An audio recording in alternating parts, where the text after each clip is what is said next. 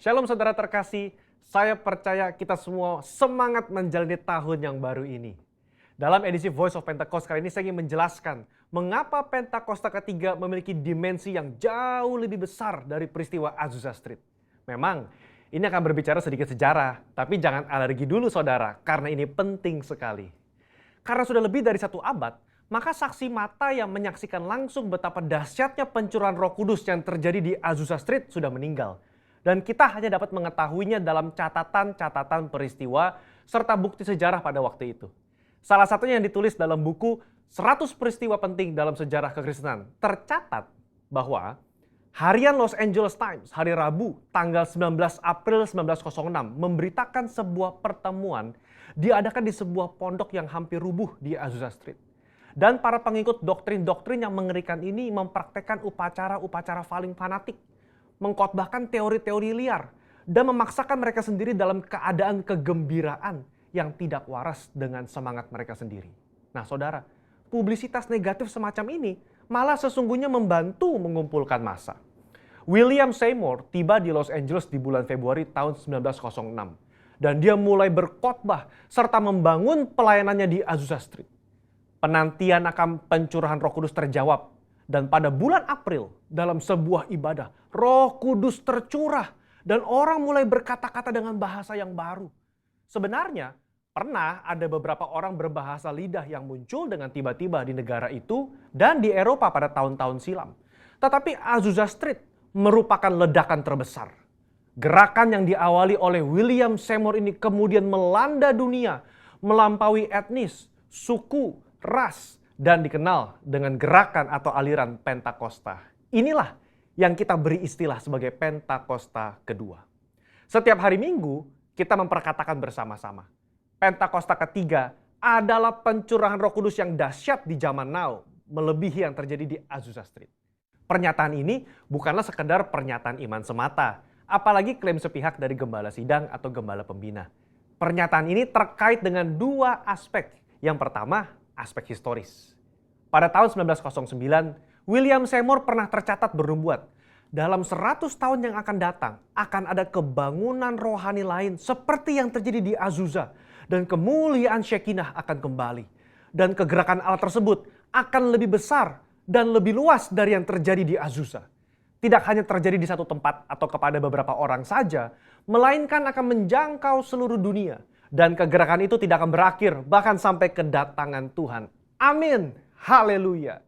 Dengan menyampaikan secara gamblang dan terbuka nubuatan yang beliau terima, menjadi bukti bahwa pernyataan Pentakosta ketiga lebih dahsyat dari yang terjadi di Azusa Street bukanlah klaim sepihak dari pihak kita, melainkan sudah menjadi janji, rencana, dan kehendak Tuhan.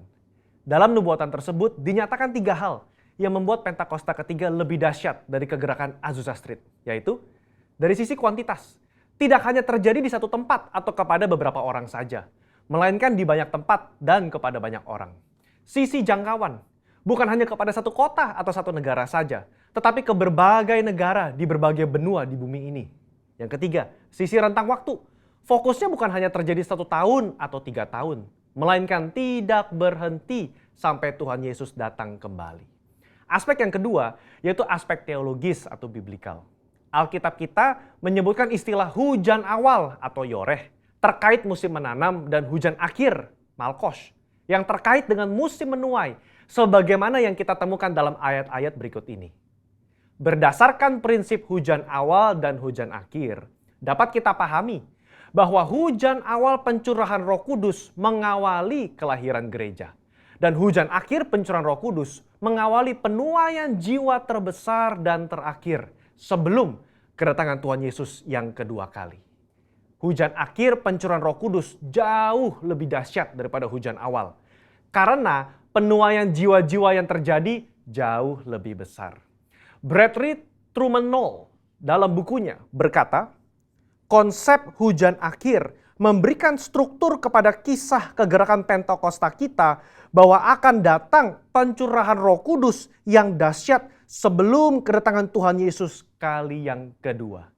Kita sekarang berada di era di mana hujan akhir itu sedang dicurahkan. Tujuan dari hujan akhir ini memiliki 2 sisi, yakni pemberitaan Injil Kerajaan kepada seluruh dunia, di mana kita menjadi saksi dan mempersiapkan berkas tuaian untuk siap dituai. Haleluya.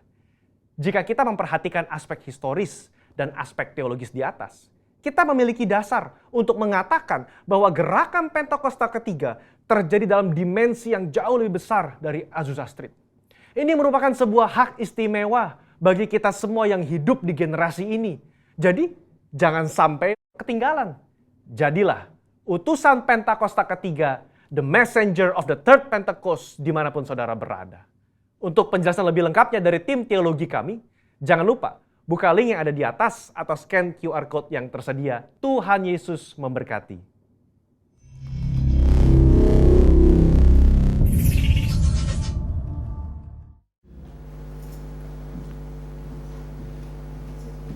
Shalom semuanya, selamat pagi. Saya mengundang kita semua untuk bangkit berdiri bersama-sama. Salam kanan kiri, katakan, engkau sungguh luar biasa. Engkau sungguh luar biasa. Haleluya, berikan tepuk tangan lebih meriah lagi untuk memuliakan Tuhan. Saya melihat orang-orang yang luar biasa di tempat ini, amin. Mari kita satukan hati di dalam doa. Shikila barata kala barata kala barata kala basya kala barata kala barata kala barata kala barata.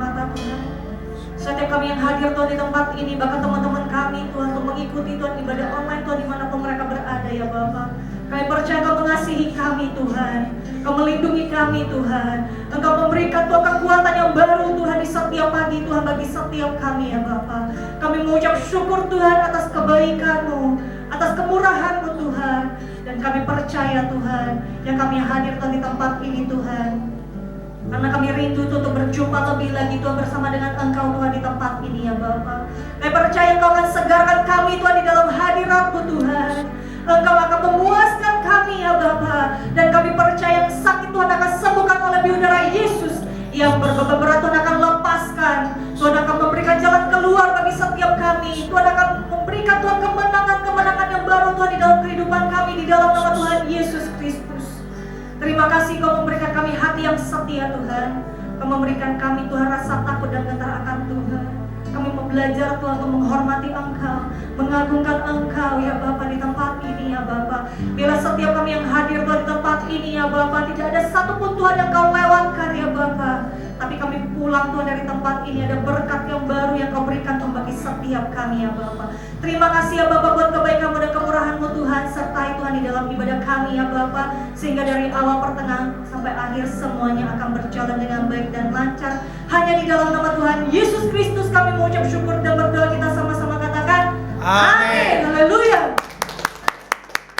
Mari kita sama-sama memperkatakan Mazmur 91. Dalam lindungan Allah, orang yang duduk dalam lindungan yang maha tinggi dan bermalam dalam naungan yang maha kuasa akan berkata kepada Tuhan, tempat perlindunganku dan kubu pertahananku, Allahku yang ku percayai. Sungguh dialah yang akan melepaskan engkau dari jerat penangkap burung, dari penyakit sampar yang busuk. Dengan kepaknya ia akan menudungi engkau, di bawah sayapnya engkau akan berlindung. Kesetiaannya ialah perisai dan pagar tembok. Engkau tak usah takut terhadap kedahsyatan malam, terhadap panah yang terbang di waktu siang, terhadap penyakit sampar yang berjalan di dalam gelap, terhadap penyakit menular yang mengamuk di waktu petang. walau 1000 orang merebah di sisimu dan 10.000 di sebelah kananmu, tetapi itu tidak akan menimpamu. Engkau hanya menontonnya dengan matamu sendiri dan melihat pembalasan terhadap orang-orang fasik. Sebab Tuhan ialah tempat perlindunganmu, yang maha tinggi telah kau buat tempat perteduhanmu. Malapetaka tidak akan menimpa kamu, dan tulah tidak akan mendekat kepada kemahmu. Sebab malaikat-malaikatnya akan diperintahkannya kepadamu untuk menjaga engkau di segala jalanmu. Mereka akan menetap engkau di atas tangannya, supaya kakimu jangan terantuk kepada batu. Singa dan ular tedung akan kau langkahi. Engkau akan menginjak anak singa dan ular naga. Sungguh hatinya melekat kepadaku, maka aku akan meluputkannya. Aku akan membentenginya sebab ia mengenal namaku. Bila ia berseru kepadaku, aku akan menjawab. Aku akan menyertai dia dalam kesesakan. Aku akan meluputkannya dan memuliakannya. Dengan panjang umur akan kukenyangkan dia, dan akan kuperlihatkan kepadanya keselamatan daripadaku. Amin. Katakan haleluya. Saya percaya kita semuanya semangat di dalam Tuhan. Amin. Amin.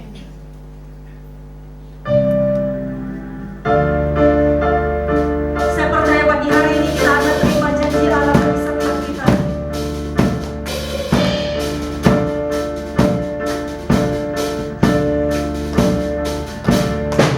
Ku terima janji Bagi kaum Yehuda, umat yang berdoa, memuji dan menyembah. Inilah saat yang dinanti, firman Allah telah digenapi. Kulihat semua yang terjadi, yang melanda seluruh bumi. terima janji Allah. Terima janji Allah bagi kaum Yehuda, umat yang berdoa, memuji dan menyembah. Inilah saat yang dinanti, firman Allah telah digenapi. Kulihat benua yang terjadi, yang melanda seluruh bumi.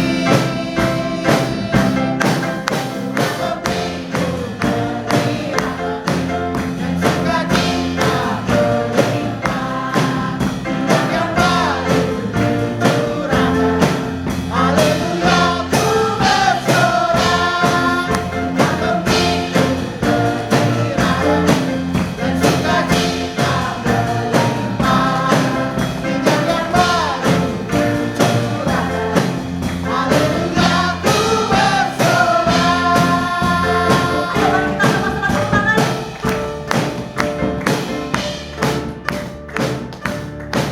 Ku terima janji Allah bagi kaum Yehuda, umat yang berdoa, memuji dan menyembah. Inilah saat yang dinanti, firman Allah telah digenapi. Kulihat benua yang terjadi, yang melanda seluruh bumi. Tuhan memberiku kegembiraan dan sukacita berlimpah, minyak yang baru curahkan. Haleluya, ku bersorak, memberiku kegembiraan dan sukacita berlimpah, minyak yang baru curahkan. Haleluya, ku bersorak, haleluya, ku bersorak, haleluya, ku bersorak. Saya percaya kita akan lebih lagi untuk menyembah Tuhan. Amin. Amin.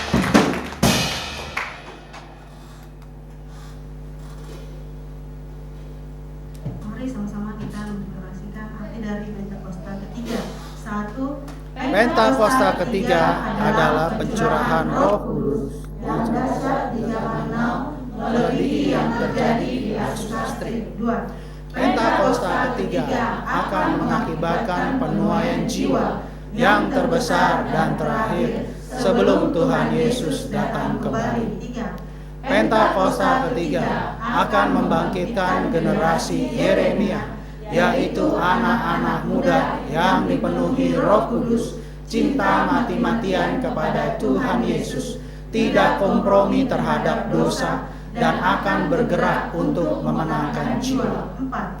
Pentakosta ketiga lahir di Indonesia dan bergerak ke bangsa-bangsa. Gerakan ini dari timur ke barat dan akan kembali ke Yerusalem. 5. Pentakosta ketiga akan memberikan kuasa untuk menyelesaikan amanat agung, dan setelah itu Tuhan Yesus datang kembali. Amin. Haleluya. Haleluya. Silakan duduk di dalam hadirat Tuhan. Ini waktunya kita akan memberi yang terbaik untuk pekerjaan Tuhan di tempat ini. Mari kita satukan hati di dalam doa.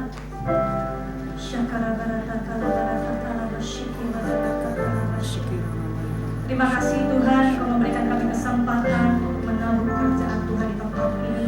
Kau memberikan kami wadah, dan kami percaya setiap anak-anak Tuhan yang akan kembalikan Tuhan persepuluhan, persembahan khusus, persembahan ucapan syukur. Setiap tangan yang Kau memberi, Engkau kembalikan Tuhan 100 kali lipat Tuhan ke lumbung setiap anak-anak-Mu ya Bapak. Dan kami mau memberi dengan sukacita yang berasal daripada Engkau. Hanya di dalam nama Tuhan Yesus Kristus kami mengucap syukur dan berdoa. Haleluya. Amin. Sama memberi semuanya. Mari kita siapkan hati kita untuk menyembah Tuhan. Dan kita akan mendengarkan firman Tuhan pada pagi hari ini.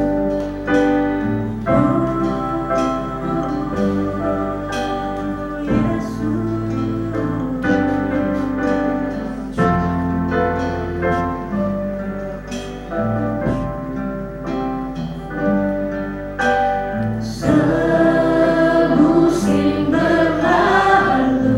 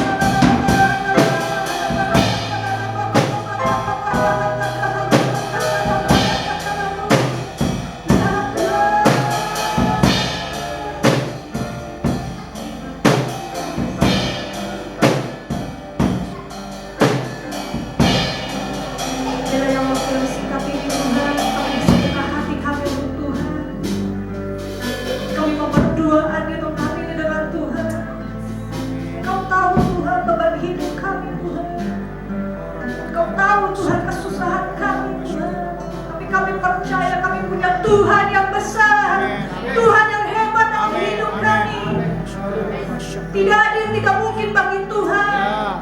Pada saat kami berharap kepada Tuhan, bahkan Tuhan akan menyatakan kemuliaannya bagi setiap kami. Amin, amin. Tapi bukan oleh keinginan kami Tuhan, tapi oleh keinginan-Mu Tuhan. Dan kami percaya pada saat Engkau Tuhan katakan iya, tidak ada satupun Tuhan yang katakan tidak. Ya. Pada saat Engkau Tuhan membukakan pintu, tidak ada satupun Tuhan yang sanggup untuk menutupnya ya Amin. Bapa. Amin. Dan kami percaya Tuhan pada saat kami berharap kepada Engkau dengan sungguh-sungguh, bahkan Engkau akan berbicara Tuhan bagi setiap kami Tuhan. Berikan kami Tuhan telinga yang peka Tuhan. Yes, Lord. Berikan kami hati yang lemah lembut Tuhan untuk mendengarkan Tuhan suara-Mu ya Bapa.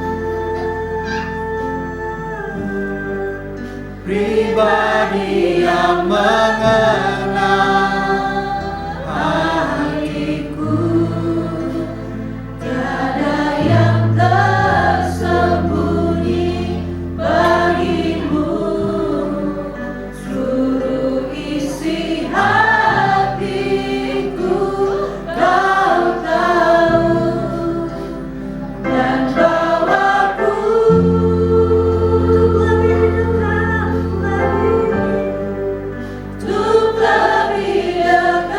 lagi padamu, tinggal dalam indahnya detapan kasih-Mu. Hanya Engkau,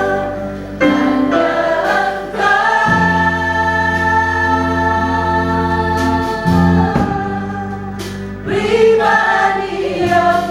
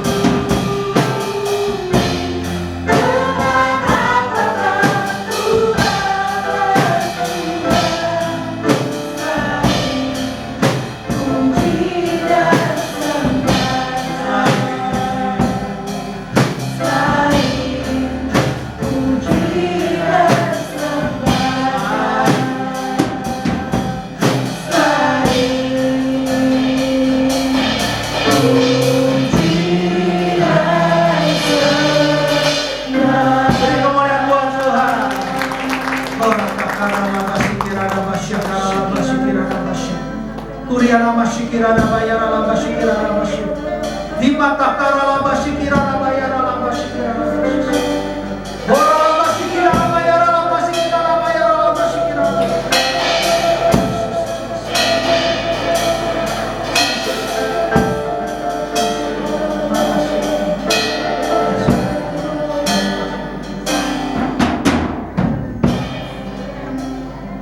Hanya Engkau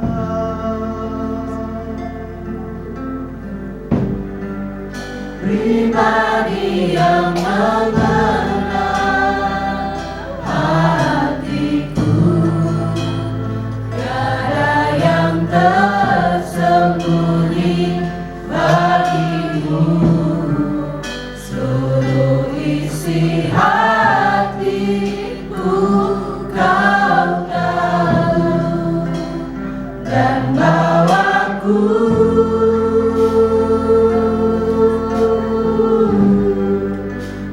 lebih dekat lagi padamu, tinggal dalam indahnya dekatlah kasih-Mu. Di sungguh-sungguh dikatakan hanya Engkau Tuhan. Hanya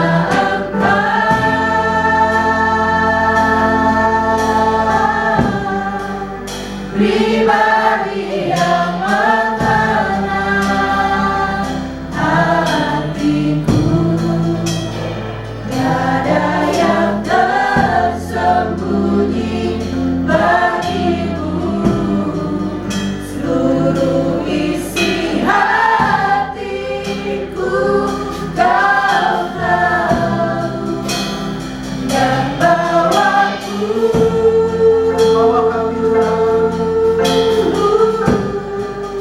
untuk lebih dekat lagi padamu, tinggal dalam indahnya dekatlah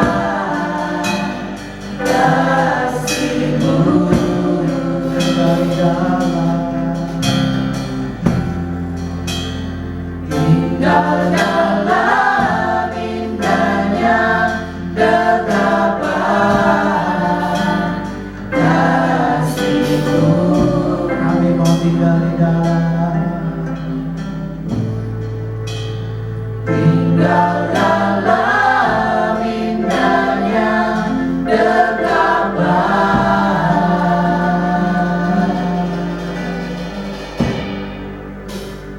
kasih-Mu. Beri kemuliaan buat Tuhan. Terima kasih Tuhan Yesus. Kau sayang kami, Kau pelihara kami, Kau rawat kami, Kau bentengi kami, Kau jaga kami, Kau berikan kemenangan demi kemenangan buat kami. Bahkan sampai hari ini hidup kami tidak pernah kekurangan karena Engkau yang selalu mencukupkan. Engkau adalah Jehovah Jireh buat kami. Engkau melihat, Engkau menyediakan. Terima kasih Bapa, pagi ini kami diundang ke dalam bait suci-Mu untuk diberkati melalui firman-Mu.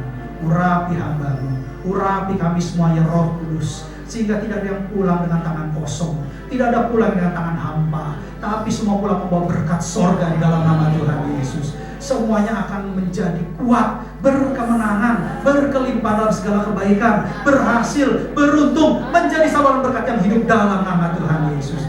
Ajarkan kami Roh Kudus, ajarkan kami Roh Kudus, sehingga kami semakin dewasa rohani, kami semakin bertumbuh, kami semakin berbuah di dalam nama Tuhan Yesus. Bicaralah Bapa, kami siap duduk diam dalam hadirat-Mu untuk mendengarkan isi hati-Mu. Segala hormat, pujian, kuasa, kemuliaan, kemasyhuran, kejayaan hanya milik-Mu Tuhan. Dalam nama Tuhan Yesus Kristus, kami mengucap syukur dan berdoa. Yang siap mendengarkan firman Tuhan sama-sama katakan amin. Silakan Bapak Ibu saudara sekalian. Shalom. Semangat pagi, bilang kiri kanan. Puji Tuhan. Gak ada siap, kita pagi terus. Haleluya. Saya mau tanya sedikit sebelum kita memulai, karena hari ini sesuatu tema khotbah yang diberikan Roh Kudus, tapi secara dunia bertentangan. Maknanya bertentangan. Tapi bagi Tuhan itu tidak ada yang mustahil. Katakan amin. Karena itu saya mau tanya dulu. Apa beda dewasa dan tua? Tua keriput.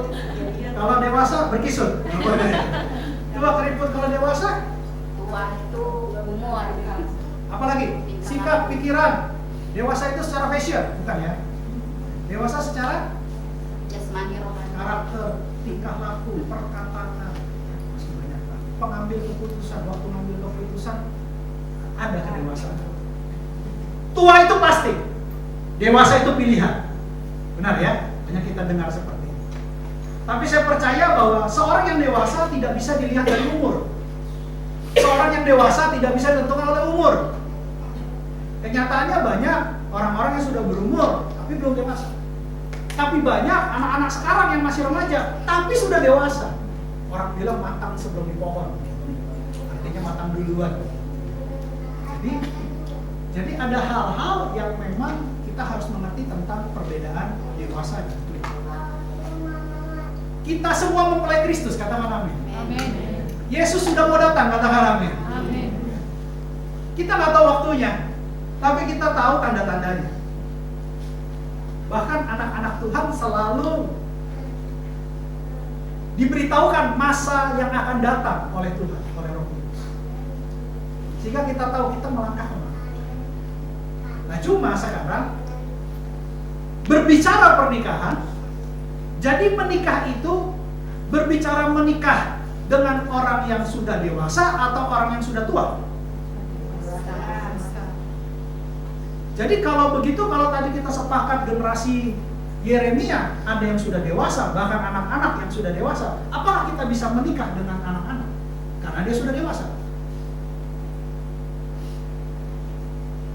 Kan tadi kita sepakat, tua belum tentu dewasa, muda bisa dewasa. Dewasa tidak ditentukan oleh usia. Kita sudah sepakat. Sekarang seumpama kata Mei, seorang Mei, dewasa dia dalam berpikir. Dia bisa membedakan mana yang baik, mana yang tidak baik, mana yang perlu, mana yang tidak perlu. Dia dewasa. Tapi secara umur dia belum tua. Tadi kita sudah sepakat juga mempelai Kristus harus dewasa. Pertanyaannya sekarang, bagaimana dengan usia? Tidak terbatas. Artinya saya mau katakan begini, pada saat sangkakala dibunyikan, anak sekolah minggu terangkat? Terangkat. Tidak dilihat dari usia, tapi seberapa dia dekat dengan Tuhan, seberapa dia dewasa dalam rohani. Tapi belum tentu juga pada saat sangkakala dibunyikan orang tua terangkat. Jadi harus mengerti konsep ini. Kita harus jadi dewasa. Katakan kiri kanan, jadi dewasa rohani. Jadi dewasa rohani. Nah sekarang untuk dewasa rohani perlu pertumbuhan rohani. Karena kalau ada dewasa rohani berarti ada bayi rohani. Kalau ada dewasa rohani artinya berarti ada anak-anak rohani. Berarti perlu pertumbuhan. Nah sekarang pertanyaannya, bagaimana kita bisa bertumbuh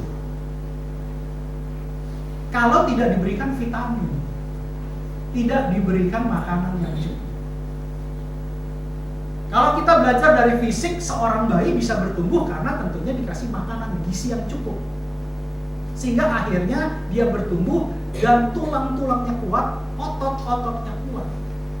Karena beda yang dewasa dengan yang masih kecil. Yang masih kecil tidak bisa angkat satu ember air yang ada di belakang dengan isi air penuh. Kalau Mei saya suruh angkat pasti Mei tergopok-gopok teman. Tapi kalau hoki yang saya suruh angkat, hoki bisa bawa 2 ember. Kenapa? Karena ada pertumbuhan, ada kedewasaan, dan ada kekuatan. Ini berhubungan semua. Untuk dewasa diperlukan pertumbuhan. Untuk bertumbuh pasti ada kekuatan. Artinya ketika seorang dinyatakan bertumbuh, dia punya kekuatan yang lebih dibandingkan yang kecil. Oleh sebab itu, kita akan berbicara tentang kekuatan rohani. Supaya kita bukan hanya dewasa tapi lembek. tapi dewasa dan kuat. Nah, tema khotbah yang Roh Kudus berikan ini bertentangan. Di dalam kelemahan ada kekuatan. Amin. Sesuatu yang unik menurut saya. Saya tanya sama Tuhan, Tuhan kasih ini, saya bingung. Saya nggak tahu jelasinnya gimana. Saya nggak gitu mengerti karena saya lihat ada pertentangan harmoni. Kalau misalnya satu kuat, yang pasti satu lemah. Satu kurus, satu gemuk, dan itu bertentangan. Tetapi rupanya Tuhan mengubah pertentangan itu jadi sebuah keserasian dan kekuatan. Saya pikir ini sesuatu yang harus kita pelajari. Karena menjelang kedatangan Tuhan, kasih akan menjadi dingin. Masa-masa sukar, masa-masa sulit itu akan terjadi. Ya, kemarin saya lihat di medsos ada motor jatuh gitu ya. Terus 2 orang itu tergeletak. Jadi ketika ada orang lewat, ada belas kasihan mau tolong. Apa yang terjadi ketika suami istri itu berhenti mau tolong yang jatuh itu, ternyata suami istrinya langsung dibegal. Kalau kita sudah lihat di medsos, saya rasa yang melihat bukan satu orang, banyak orang. Nah, itu udah di wajah Batam. Ketika banyak orang, apa yang terjadi? Kita mau nolong orang jadi takut. Itulah yang menyebabkan kasih jadi dingin. Bukan kita nggak punya kasih, tapi kita jadi berpikir untuk menolong orang. Gitu. Ya. Kalau saya ditanya, Pak, kalau Bapak jadi mereka yang tiba-tiba di tengah jalan yang tergeletak gimana? Saya akan tolong, tapi caranya dengan hikmat. Makanya kemarin kita bicara iman dan hikmat. Itu berkesan sekali. Caranya gimana? Cari post security terdekat. Datang ramai-ramai. Jangan sendirian. Ya. Kalau yang ditolong 1 motor, kita datang 10 motor, gak ada masalah. Kalau yang ditolong 1 motor, 2 orang, kita cuma sendirian atau kita sama istri, itu bikin masalah. Jadi harus hikmat, harus berhikmat, harus bijak dalam menolong seseorang. Kasih kita tidak boleh dingin, tapi kasih di luar bisa jadi dingin karena kejadian-kejadian seperti ini. Oleh sebab itu, dunia akan semakin jahat. Dunia akan semakin cuek, masa bodoh. Nah, kalau udah cuek, masa bodoh, berarti kita harus jadi kuat. Katakan amin. Nah, kita akan belajar dari firman Tuhan. Bagaimana kita bisa kuat. Padahal tema Roh Kudusnya dalam kelemahan ada kekuatan. Bisa. Kita akan buka firman Tuhan di 2 Korintus 12 ayat 7 sampai 10. 2 Korintus 12 ayat 7 sampai 10.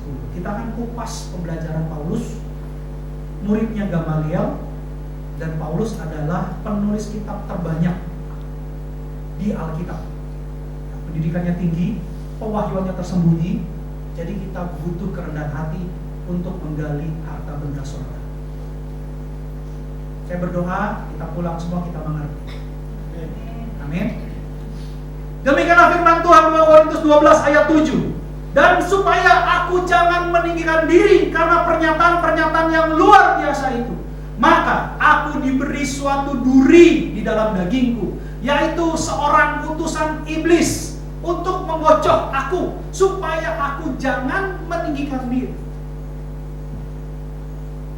Di ayat 7, Paulus mau mengatakan bahwa dia menerima pernyataan-pernyataan yang luar biasa.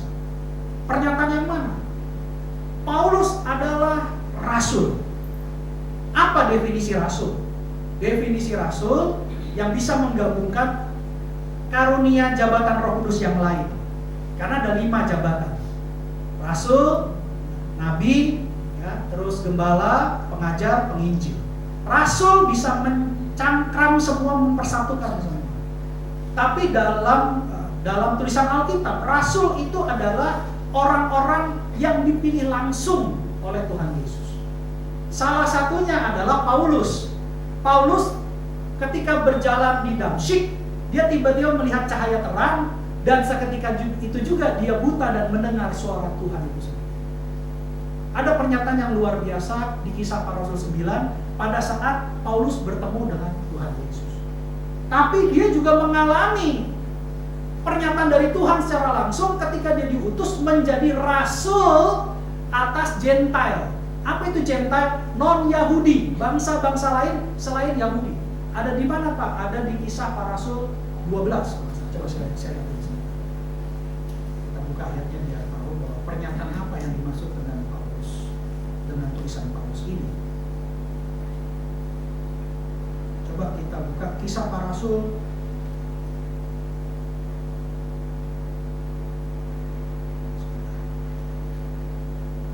Kisah Para Rasul 22 ayat 17 bukan 12. 22 ayat 17. Kisah Para Rasul 22 ayat 17. Demikianlah firman Tuhan. Sesudah aku kembali di Yerusalem dan ketika aku sedang berdoa di dalam bait Allah, rohku diliputi oleh kuasa ilahi. Lanjut ayat 18. Ayat selanjutnya. Aku melihat dia yang berkata kepadaku, lekaslah, segeralah tinggalkan Yerusalem, sebab mereka tidak akan menerima kesaksianmu tentang aku. Paulus ditolak di Yerusalem. Coba lihat di ayat 21, lompat ke ayat 21. Lalu Tuhan berfirman sama dia, tetapi kata Tuhan kepadaku, pergilah, sebab aku akan mengutus engkau jauh dari sini kepada bangsa-bangsa lain. Jadi Paulus sering sekali mengalami pertemuan ilahi dengan Tuhan. Ada pernyataan-pernyataan yang ilahi sifatnya. Dan jangan lupa, iblis bisa mengubah kebaikan Tuhan menjadi sebuah kesombongan. Makanya di 2 Korintus 12 ayat berapa tadi? Ayat 7 diulang dua perkataan meninggikan diri. Ya. 12 ayat 7. Dikatakan itu meninggikan diri, ada dua kali diulang. Supaya aku jangan meninggikan diri. Karena pernyataan-pernyataan yang luar biasa. Ya, diulang lagi. Iblis diutus untuk menggocok aku supaya aku jangan meninggikan diri.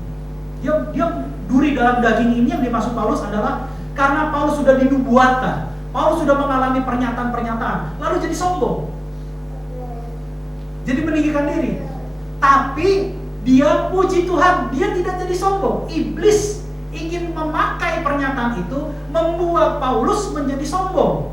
Tetapi puji Tuhan, Paulus tidak terkecoh oleh utusan iblis itu sehingga dia tidak meninggikan diri.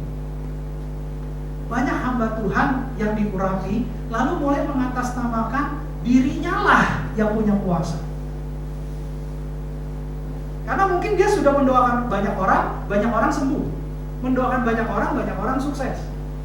Akhirnya apa yang terjadi? Iblis bisa memakai kebaikan Tuhan, kuasa Tuhan untuk menjadikan hamba Tuhan tersebut menjadi sombong. Tapi puji Tuhan, Paulus di sini nyatakan bahwa dia tidak meninggikan diri. Bahkan dia katakan di ayat 8, dikatakan di ayat 8 selanjutnya, sudah tentang hal itu aku sudah 3 kali berseru kepada Tuhan supaya utusan iblis itu mundur daripada. Dia tidak tergoda untuk mencuri kemuliaan Tuhan. Dia tidak tergoda untuk jadi sombong karena sudah didoakan, sudah diurapi. Disinilah dia mengakui bahwa semua adalah kekuatan dari Tuhan, semua adalah kuasa dari Tuhan. Kalaupun ada pernyataan dari Tuhan, kita dipilih Tuhan, itu bukan karena kita hebat, bukan karena kita kuat, tapi karena Tuhan berkenan sama kita. Dia harus mengerti konsep itu. Jangan sampai, oh saya sudah didoakan, saya sudah lihat kejadian-kejadian yang Tuhan nyatakan luar biasa, dan saking percayanya gitu ya. Ini kalau dibilang beda-beda tipis antara percaya diri dengan beriman. Benar kan? Ini kalau kayak gini namanya apa? Kalau sudah dinubuatkan, kamu akan dipakai Tuhan secara luar biasa, kamu akan diberkati, kamu akan menjadi saluran berkat yang hidup, kamu akan dipakai menjadi keluarga contoh, keluarga teladan dalam Alkitab yang akan memenangkan banyak jiwa. Seperti itu. Lalu sekarang pertanyaannya adalah, ketika kita berjalan ke depan, karena kita tahu bahwa kita sudah dinubuatkan, kita sudah didoakan, kita sudah diurapi, lalu kita timbul sesuatu tanpa sadar, meninggikan diri. Nah sekarang pertanyaannya adalah, meninggikan diri, percaya diri, dan beriman itu beda-beda tipis. Percaya nggak saya? Coba renungkan. Dia bilang, jangan khawatir, pokoknya kita diberkati. Nggak usah kita nabung-nabung, kita foya-foya aja. Kan kita didoakan, kita diberkati. Nggak perlu nabung. gembala. Saya mau tanya, itu percaya diri, tindakan iman, atau apa itu? Hah? Percaya diri ya? Kan sudah dinubuatkan, sudah didoakan. Percaya diri atau tindakan iman? Ada yang bilang tindakan iman. Coba, pernah nggak merenungin hal kayak gini? Didoakan, pasti sembuh. Dalam nama Tuhan Yesus sembuh. Tapi kan caranya beda. Bisa pakai obat, bisa melalui dokter, bisa melalui herbal, bisa melalui medsos, tiba-tiba nonton medsos, menurunkan kolesterol dengan cara mudah. Nah, bisa begitu. Tiba-tiba cocok. Nah sekarang pertanyaannya, ketika sudah didoakan, yang mendoakan 10 hamba Tuhan. Jadi KKR, satu orang dikelilingi 10 hamba Tuhan didoakan tukang tangan. Dalam nama Tuhan Yesus kolesterolnya turun. Nah, ya. Pulang nggak mau minum obat. Nah, sudah doakan urapannya masih merasa panas banget. Saya sehat, saya kuat, saya kuat. Jadi kita kemana sekarang? Kita ke BPK. Kolesterol saya sudah sembuh sama Tuhan Yesus. Itu percaya diri atau tindakan iman itu? Iman.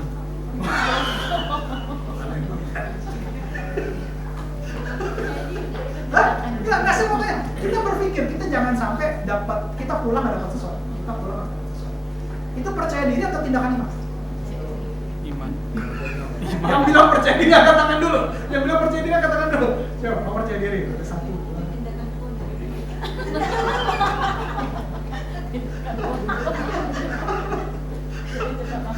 Yang bilang tindakan iman angkat tangan. Oh satu. Haleluya. Jadi gini ya, Bapak Ibu Saudara sekalian. Kalau percaya diri itu lebih mengandung kepada kekuatan diri sendiri. Kalau tindakan iman ada campur tangan Tuhan. Jadi sekarang kalau misal kita sudah didoakan, ada campur tangan Tuhan. Kita juga harus berdoa dan berjaga-jaga. Harus merespon dengan benar. Bukan hanya too confidence percaya diri akhirnya nyerempet-nyerempet dengan tindakan iman. Kita bingung ngebedainnya. Bingung ngebedain antara percaya diri dengan tindakan iman. Kalau percaya diri itu kita percaya bahwa diri kita kuat, diri kita bisa, diri kita mampu. Itu percaya diri. Tapi kalau tindakan iman, di dalam kelemahan kita tahu kita lagi sakit, ini masih sakit, habis didoakan, gitu ya. Kita percaya bahwa Tuhan akan sembuhkan. Tapi bukan berarti Tuhan sembuhkan, terus kita jadi menyimpang, percaya dirinya tumbuh, saking tumbuhnya apa yang terjadi? Makan BPK. Jadi ini harus ada hikmat yang memilah dan memilih antara tindakan iman dengan percaya diri. Makanya apa yang dikatakan di ayat selanjutnya, kita akan belajar lebih lagi. Bagus ya, ayat selanjutnya, ayat 9. Ayat 9, dikatakan begini.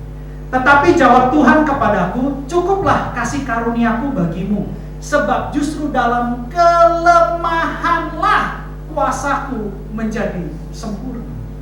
Sebab itu terlebih suka aku bermegah atas kelemahanku, bukan percaya diri. Atas kelemahanku supaya kuasa Kristus turun menaungi aku. Dalam iman bahwa kita ini bukan siapa-siapa, tapi Tuhan luar biasa. Ya, ini yang harus kita mengerti, bahwa kita lemah, kita nggak kuat. Gitu. Pak tahu dari mana Pak? Coba kita lihat lagi ayat 10. Kita pelajari perkataan Paulus. Ini unik. Ayat 10 dia bilang ini. Karena itu aku senang dan rela di dalam kelemahan, di dalam siksaan, di dalam kesukaran, di dalam penganiayaan dan kesesakan oleh karena Kristus. Sebab jika aku lemah, maka aku kuat. Perhatikan di sini. Ketika kita mengalami masalah hidup, kita mengalami penganiayaan, kita mengalami penindasan, ya, kita mengalami masalah-masalah pergumulan, tapi pastikan semua ini harus karena Kristus, bukan karena yang lain. Ketika kita lemah, kita tidak mampu menghadapi hal-hal yang ada dalam hidup ini, tapi karena Kristus, percayalah, dalam kelemahanmu lah Tuhan akan bekerja. Tapi bukan karena yang lain ya. Bukan karena yang lain. Perhatikan di sini. Pak, saya ini capek loh sebenarnya. Saya nggak ada waktu. Tapi karena Kristus, saya datang ke gereja. Pak, saya sebenarnya lagi sakit. Saya ingat Samuel waktu tangan itu pecah-pecah gitu.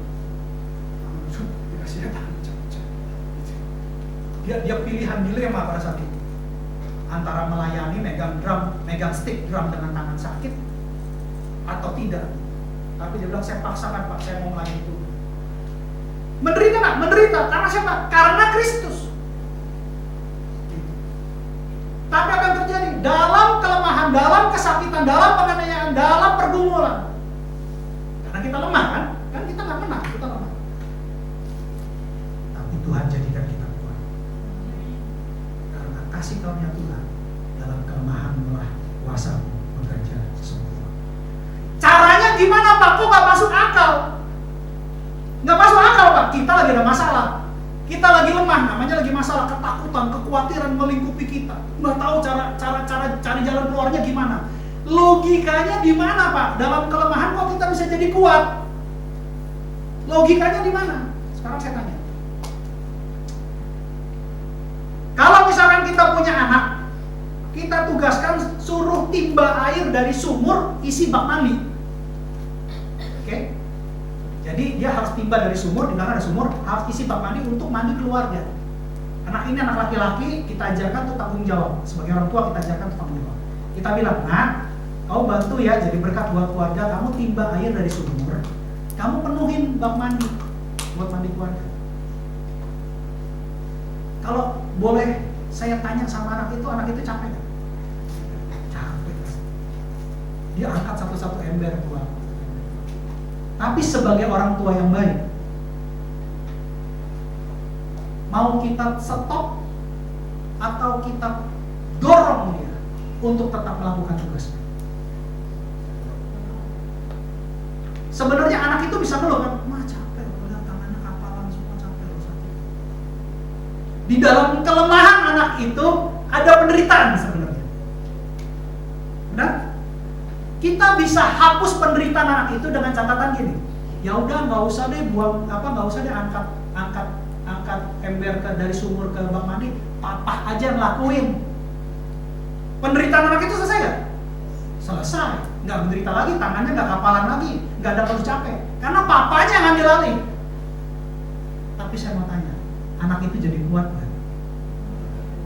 Anak itu nggak akan jadi.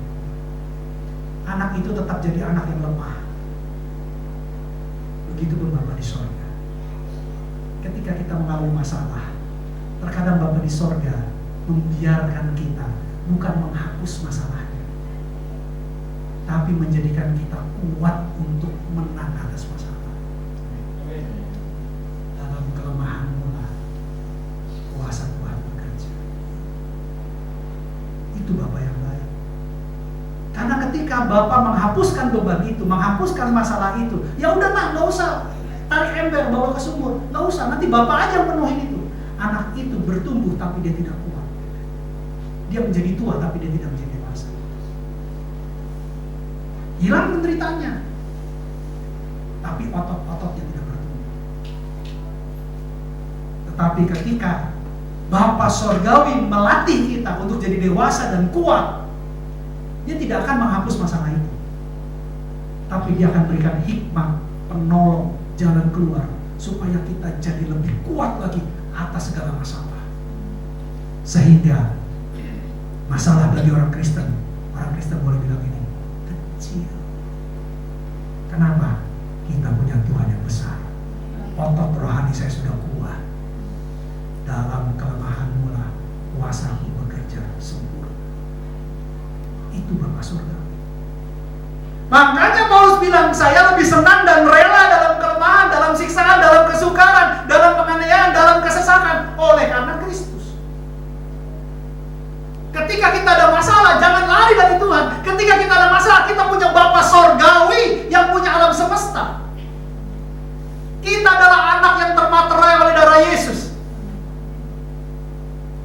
Oleh sebab itu kita bisa minta kepada Bapa di dalam nama Tuhan Yesus. Kita tanya jalan keluarnya gimana, caranya gimana. Jadikan saya kuat Tuhan. Karena saya percaya dalam kelemahan saya, kuasa Tuhan bekerja. Deklarasikan itu. Bukan menghindar, bukan lari, bukan berdiam diri, bukan kurung kamar, tutup pintu. Lalu memandang langit-langit kamar dan berteriak-teriak. Oh Tuhan, oh Tuhan, jangan begitu. Tapi kita harus jadi. Karena saya percaya Tuhan kita pernah jadi manusia sama seperti kita. Dan dia keluar sebagai pemenang, bahkan mengalahkan maut. Kita punya Tuhan yang pernah merasakan kesesakan, yang pernah merasakan kelaparan, yang pernah merasakan kebingungan, yang pernah merasakan hianati. Yudas. Tetapi dia keluar sebagai pemenang. Dia tahu apa yang kita rasakan. Tapi Tuhan izinkan kejadian-kejadian itu supaya anak-anaknya jadi kuat. Jadi hari ini kita belajar satu firman yang bagus, bahwa Tuhan belum tentu menghilangkan masalah itu, tapi Tuhan memampukan kita menghadapi masalah itu sehingga kita keluar sebagai pemenang. Amin. Tuhan Yesus memberkati. Haleluya. Beri kemuliaan lagi buat Tuhan. Kita nyanyikan satu lagu. Bapak Ibu saya undang untuk bagi berdiri. Saya percaya pulang dari tempatnya kita diberkati. Kita semua jadi kuat. Masalah kita selesai dalam nama Tuhan Yesus. Amin. Kita nyanyi satu lagu.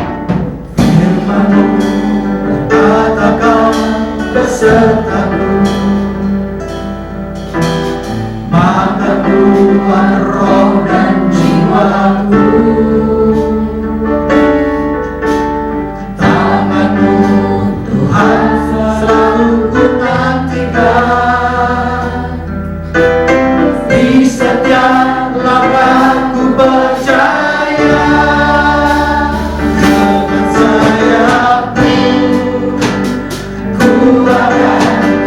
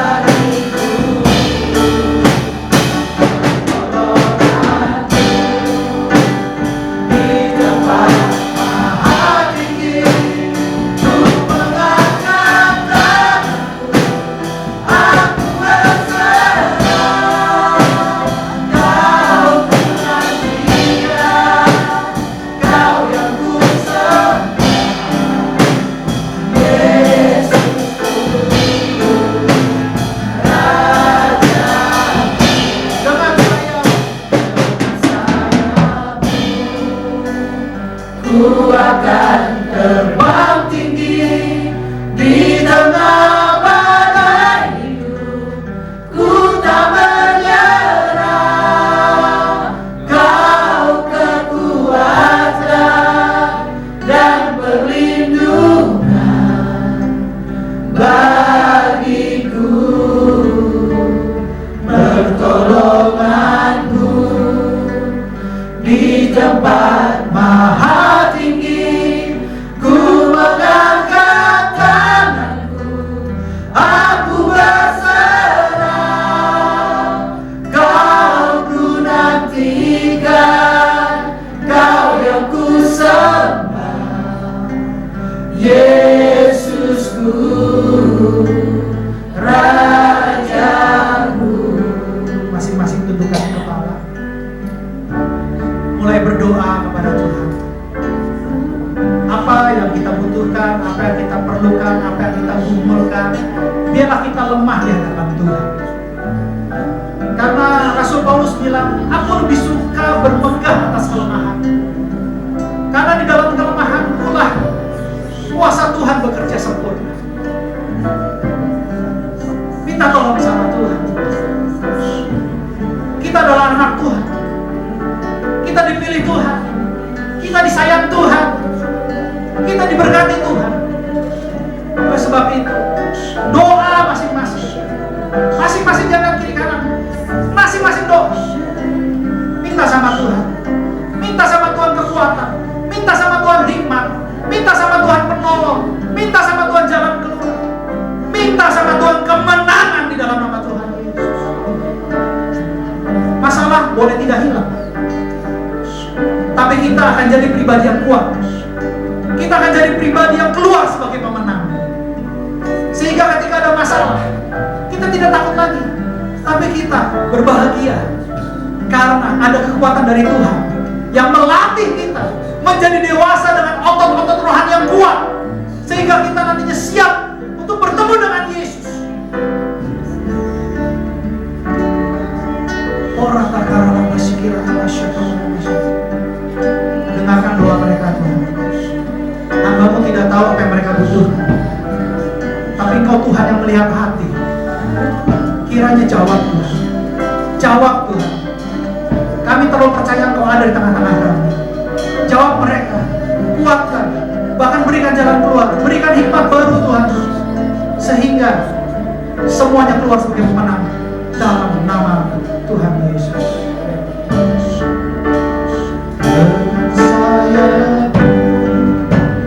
Ku akan terbang tinggi di tengah badai hidup. Ku tak menyerah, Kau kekuatan dan perlindungan bagiku,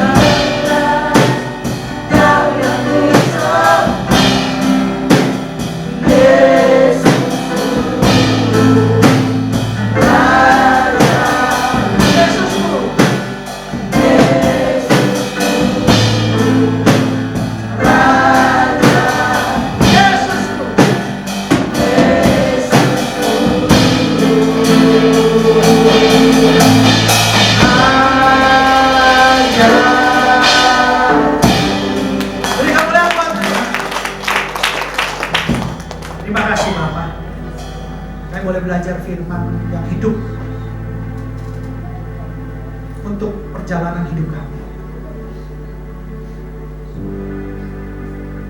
Tidak ada yang terbebas dari masalah. Tapi kami yakin dan terlalu percaya kami akan menang atas masalah. Dalam kelemahan kami, kuasa-Mu bekerja sempurna. Ajarkan kami untuk berserah tapi bukan menyerah, Tuhan. Karena kami percaya dan sangat amat terlalu percaya Tuhan kami Tuhan yang besar. Tuhan kami adalah sumber kemenangan. Kami adalah anak-anak Bapa Surgawi. Kalaupun proses Kau izinkan dalam hidup kami, itu karena Bapa Surgawi baik sama kami. Bapa mau kami jadi kuat. Oleh sebab itu mampukan kami. Semua yang hadir di tempat ini Kau urapi dengan hikmat, marifat, otot rohani yang kuat, roh keperkasaan. Bahkan kami percaya pelayanan malaikat terjadi buat kami semua dalam nama Tuhan Yesus. Makasih Tuhan. Terangkan firman, sehingga firman-Mu hidup dalam kehidupan kami, bertumbuh, berbuah, menjadi berkat buat banyak orang dalam nama Tuhan Yesus. Makasih Bapak yang baik. Makasih Engkau sudah mengatur doa kami dan jawab doa kami. Dalam nama Tuhan Yesus Kristus, saya mengucap syukur dan doa. Haleluya. Amin. Kita akan masuk dalam perjamuan kudus.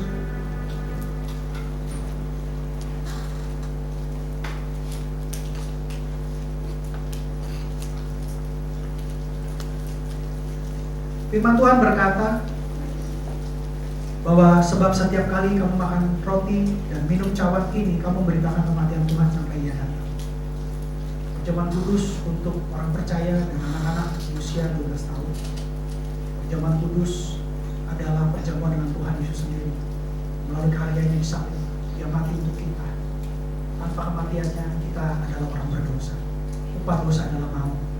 Tapi karena karya Tuhan, karena kebaikan Tuhan, karena kasih Tuhan, Dia rela menukarkan nyawanya buat kita, sehingga kita layak di hadapan Bapa.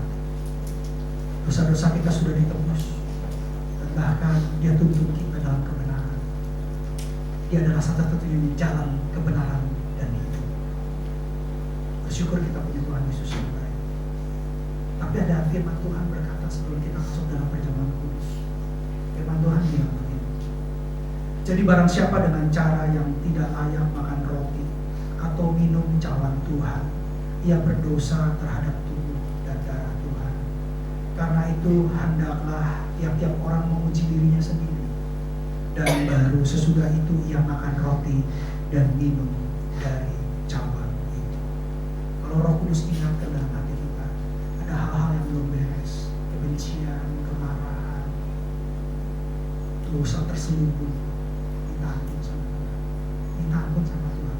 Bersihkan ruang hati kita sehingga kita memperoleh berkat yang terbaik dari surga. Masing-masing berdoa, tundukkan kepala, minta ampun sama Tuhan. Ampuni kami Bapa, ampuni kami Bapa, ampuni dosa-dosa kami, ampuni perkataan kami yang tidak layak, perbuatan kami yang tidak baik, ampuni kami Tuhan, ampuni kami Tuhan. Jangan biarkan kami menyimpan kebencian, jangan biarkan kami menyimpan kemarahan. Kami melepaskan pengampunan kepada orang-orang yang bersalah kepada kami. Ampuni mereka Tuhan, ampuni kami Tuhan, ampuni kami. Hirapakara pasti kuriala masyikira masyikara masyikara. Kasih Tuhan, kasih Tuhan Yesus, kasih Tuhan Yesus.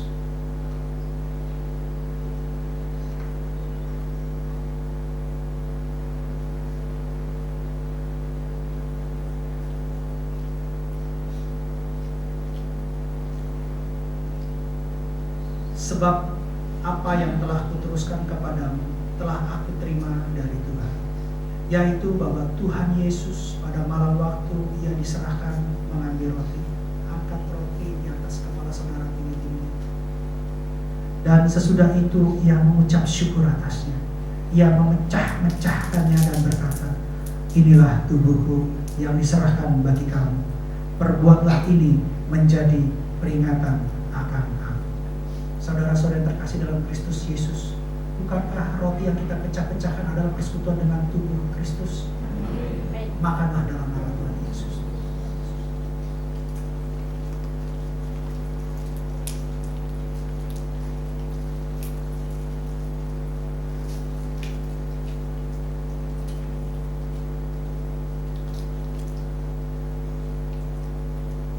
Demikianlah juga yang mengambil cawan sesudah makan, lalu berkata, cawan ini adalah perjanjian baru yang dimateraikan oleh darahku. Perbuatlah ini setiap kali kamu meminumnya, menjadi peringatan akan aku. Saudara-saudara yang terkasih dalam Kristus Yesus, bukankah cawan yang kita minum dengan ucapan syukur adalah persekutuan dengan darah Yesus? Minumlah dalam nama Tuhan Yesus.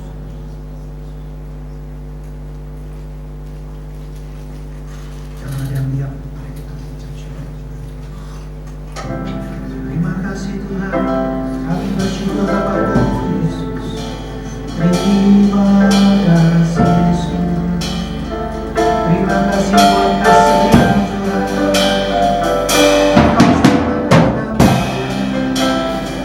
Engkau berikan kami bersyukur kepada Yesus. Terima kasih. Biarlah syukur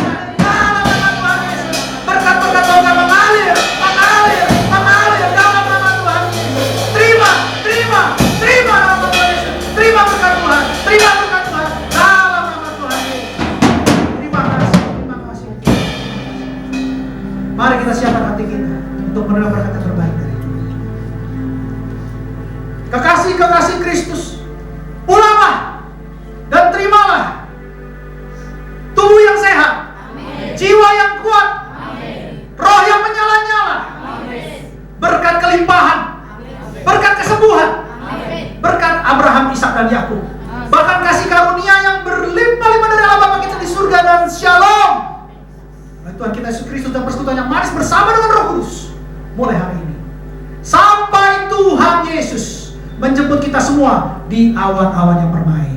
Bagi setiap kita orang